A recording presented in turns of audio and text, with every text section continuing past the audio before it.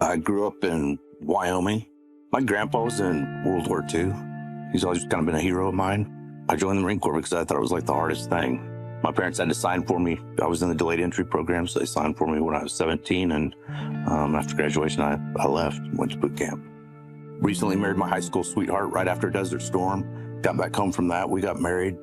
Felt like I'd started a new path in life, and the Marine Corps was slowing down on bodies, and so I got out. Started talking to my wife. I said, man, I've always wanted to be a police officer. Did 3 years in patrol and then immediately went into the gang unit. We didn't really talk about PTSD. You know, they didn't talk about PTSD when my grandpa went through World War II. Nothing can prepare you for, shift after shift after shift of stuff. The last thing I did in uniform was put handcuffs on this dead guy and pull him out of the car.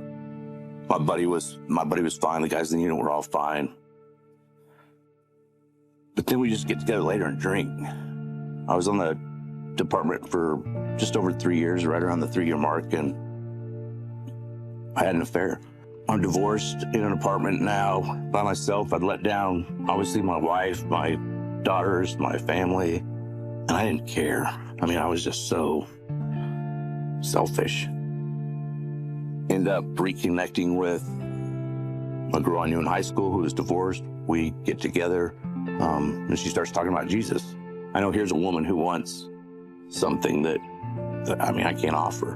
I'm retired, I don't have any responsibilities, and man, I'm just in a dark place.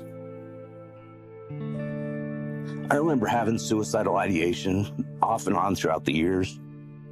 But at this point in my life, it was like the loudest it's ever been. Somehow I've got a relationship again with my daughters. I don't know how. Things are getting better, right? Everything's getting better. And everything inside me is getting worse. I came back home and I remember I just sat on my bed and I cried. And my wife just held me.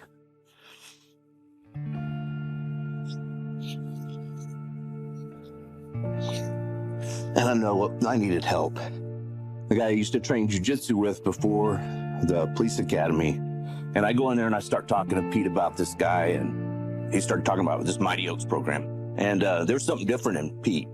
And when I saw Mike later, there's something different in Mike. And I knew both these guys. And I remember thinking if that would work for those two guys, maybe it would work for me. Ended up going. I didn't want to go. I was scared because if this didn't work for me, I didn't know what was going to work for me. And I felt like I was at the end of my rope. I come here, I go into my room, there's assigned rooms, there's a note. I open up this card with my name on it, and there's a card inside, and people telling me that they prayed for me. And then as this week starts rolling, and we're sitting in these classes, and these guys are saying things that I don't want to hear. And they're not gentle. One of the questions they ask is, do you want to get well?